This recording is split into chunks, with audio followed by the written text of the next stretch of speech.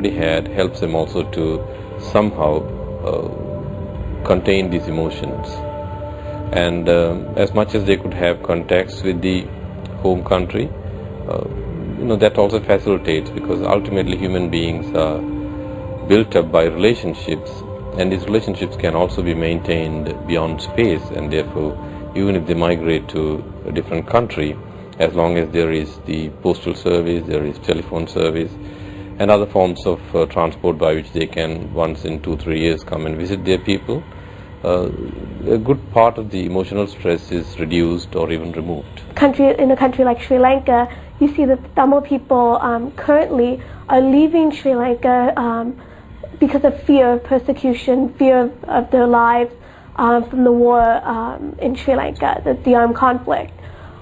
We did have a situation though where people did leave voluntarily before the war started. For example, in my family, my father, he left prior to the war even starting to come and build a better life in Canada.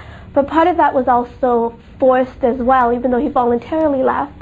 It was forced in the sense that there were discriminatory policies by the Sri Lankan government in relation to education and job opportunities that were available to him. So as a result of that, he thought he would seek a better future for himself and his family if he came to Canada. So he left with a mix of voluntary as well as a little bit of a push factor in terms of being forced to leave as well because of the discrimination that he faced as a Tamil. Forced migration is a very sad part of our human reality. It happens as a result of war, sometimes due to violence, famine, natural devastations and so on.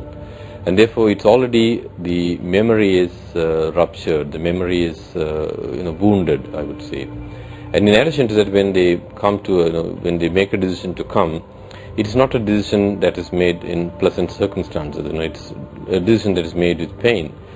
And I think in one word that would summarize forced migration is rupture, the rupture of relationships, rupture between the place they held as their own homeland or on their own hereditary land. And therefore it's a rupture that takes place between the land and the person who lived in the land, between the families, for example, between relatives and so on. So it causes absolutely unexpected form of devastation in the psychological, intellectual, social, economic factors which constitute a healthy person or a healthy society. Now there are many ways by which you can look at it. First of all, this rupture takes place in the psychosocial level. It can cause severe stress. People can get into depression. There is enormous research done on this subject. In fact, there is a research done also on the Tamil immigrants in Canada. There was a research done by the University of Toronto with the help of the Center for Addiction and Mental Health and the Clark's Institute for Research. And they have said among the Canadian Tamil immigrants, more than 18% have different levels of emotional, psychological scars, which cause in the long run or in the short term various forms of stress-related psychosomatic illnesses and psychotic illnesses as well. On the other side, in the physiological level, it can cause, for example, stress can lead to cardiovascular diseases. To some extent, it's also true that stress can bring in unexpected or previously not known diseases.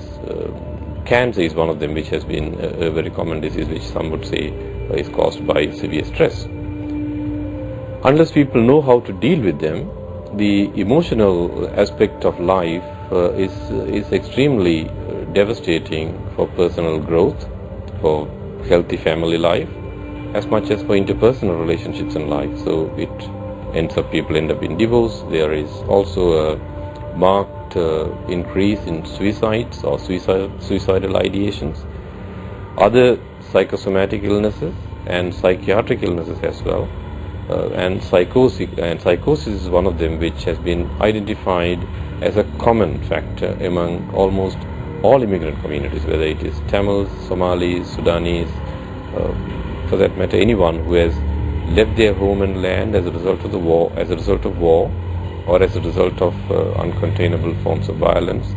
and a very protracted form of violence and war. This has caused also already much before migration. They have already gone through various forms of pain, trauma, and particularly if it is with from the time of their childhood, there is an unresolved as well, for the simple reason because children are not able to understand what they go through. Been going to a school and they're doing their A levels and they may have to stop that and relocate. If they're working towards a career path, they may have to stop it and start again, and wherever they go. Many times they may not have that opportunity to start again. One of the perfect examples right now, what we see on a day-to-day basis, I know this is very common now in the Vani region, but in a North American standpoint, if you look at what's happening with Hurricane Gustav and the type of migration that's taking place, where people are just packing up whatever they can into their cars and they're driving off. The good thing there is, 2 or 3 weeks from now they can go back, or in a few days they can go back, they can, get their life back together. But I think the emotion is still there. They're leaving behind their families. Based on what's happened to them a few years ago with Hurricane Katrina, they can definitely see that they may not be able to come back to reality as they see it. So that forced migration at any stage is much more difficult and much more painful and much more gruesome on the individual than voluntary process. Starting life from zero every 6 months or 8 months is the most impossible thing that a human being can do, particularly for a people who have settled down for ages and centuries in their land and what they call as their traditional homelands or their ancestral lands. Every tree they know and every plant they know, they live with their animals and so on.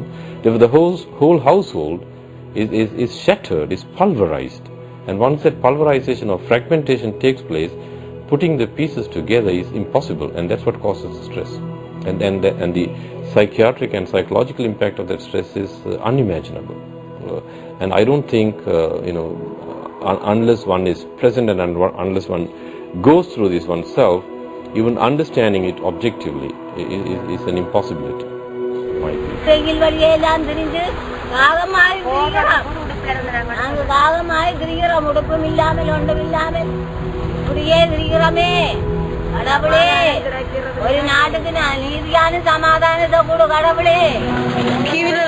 கீழே